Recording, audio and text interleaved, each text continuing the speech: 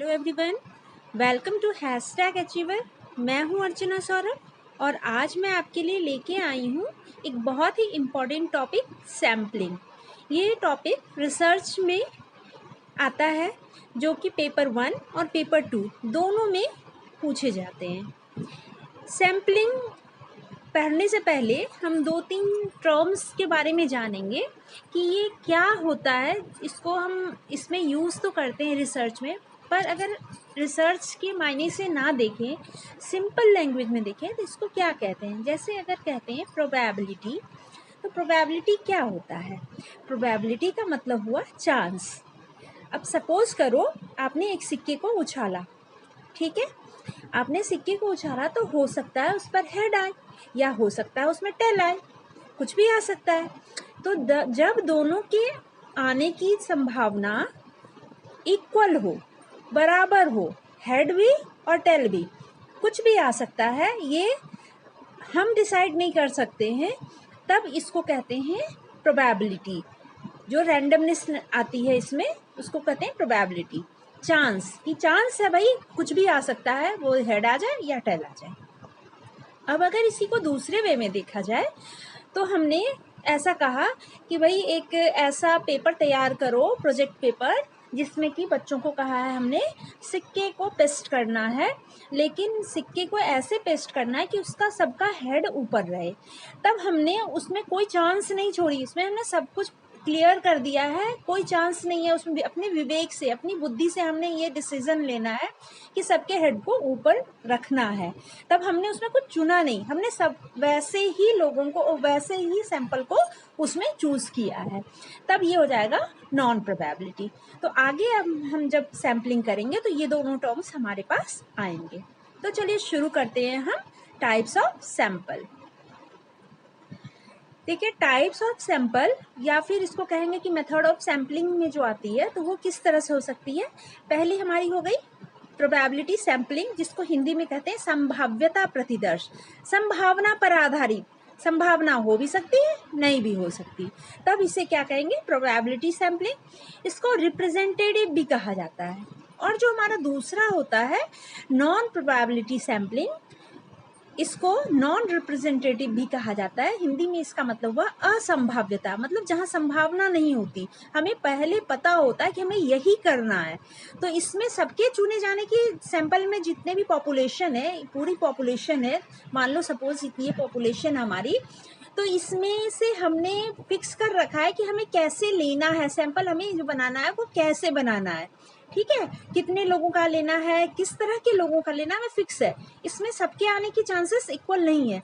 लेकिन जब इसकी सैम्पलिंग हम करेंगे, इसमें से जब हम चूज कर रहे हैं, प्रोबेबिलिटी सैम्पलिंग कर रहे हैं, तब हम इसमें से जितने भी मेंबर्स हैं सबके चुने जाने की संभावना इक्वल हो जाएगी।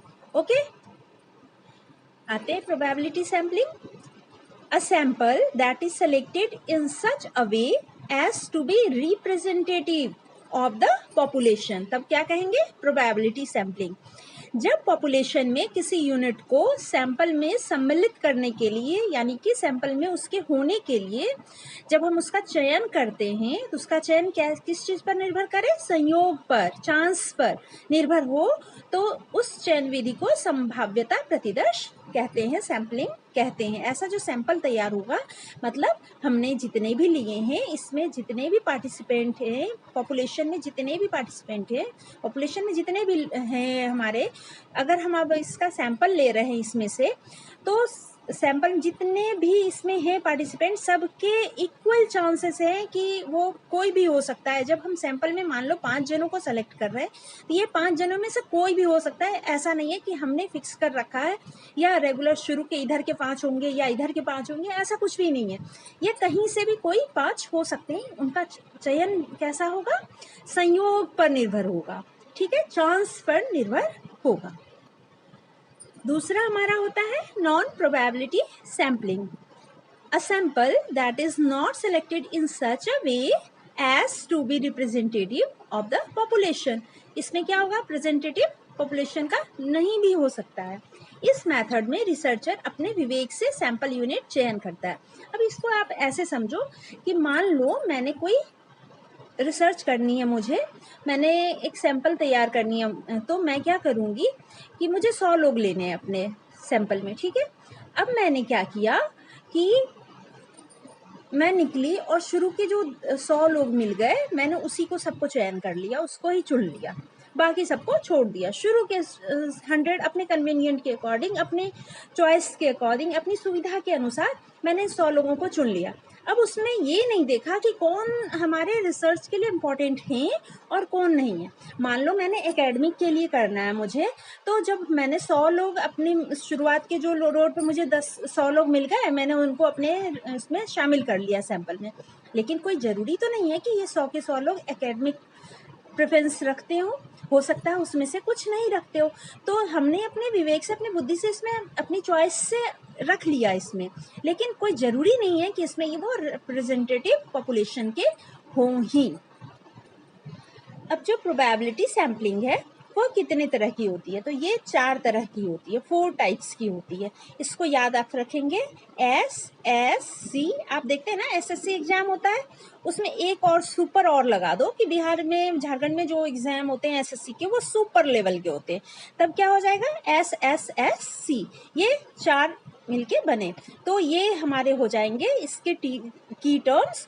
SSC, सुपर SSC, अगर SSC के जो एग्जाम होते हैं उसको याद रखो और उसमें आगे S लगा दो, सुपर। तो SSSC से हमारा हो जाएगा प्रोबेबिलिटी सैम्पलिंग। अब देखिए इसमें SSSC किस चीज़ को डिनोट कर रहा है। पहला S हमारा होता है सिंपल रैंडम सैम्पलिंग। इसके बारे में भी हम डिटेल देखेंगे कि ये क्या होता है। इसको कहते हैं सरल यादृच्छिक प्रतिचयन या प्रतिदर्श कहा जाता है। दूसरा है S से आएगा सिस्टमेटिक रैंडम सैम्पलिंग। तीसरा हमारा होता है स्ट्रैटिफाइड, ये बहुत बहुत बहुत इम्पॉर्टेंट है, स्ट्रैटिफाइड रैंडम सैम्पलिंग। और लास्ट वन जो हमारा होता है वो क्लस्टर होता है, बहुत बड़े क्षेत्र के लिए करना होता है तब ये क्लस्टर आता है, क्लस्टर रैंडम सैम्पलिंग। इसको कहा जाता है पुंजानुसार सांयोगिक प्रतिचयन या संभाव्यता प्रतिचयन। पुंजानुसार हुआ क्योंकि ये क्लस्टर में, कई जगह हिंदी में भी क्लस्टर वर्ड का ही हम यूज़ करते हैं। और स्तरानुसार को हम बहुत जगह स्तरीकृत भी कहते हैं, तो अगर स्तरीकृत आता है तब आप कंफ्यूज ना हो, स्तरानुसार और स्तरीकृत दोनों एक ही होते हैं। स्ट्रैटिफाइड रैंडम सैम्पलिंग को हम वो कहते हैं। अब हमारे आइए कि नॉन प्रोबेबिलिटी सैम्पलिंग कितने तरह की होती है। नॉन प्रोबेबिलिटी सैम्पलिंग यानी कि असंयोगिक या असंभाव्य प्रतिचयन के बारे में हम बात कर रहे हैं। तो उसमें 4 थे और इसमें एक थोड़ा बढ़ के है 5, कहीं कहीं 1-2 और एग्जाम्पल्स मिल जाते हैं, बट बेसिकली हम इन 5 के बारे में यहाँ पढ़ेंगे। सबसे पहला हमारा आता है कन्वेनियंस सैम्पलिंग।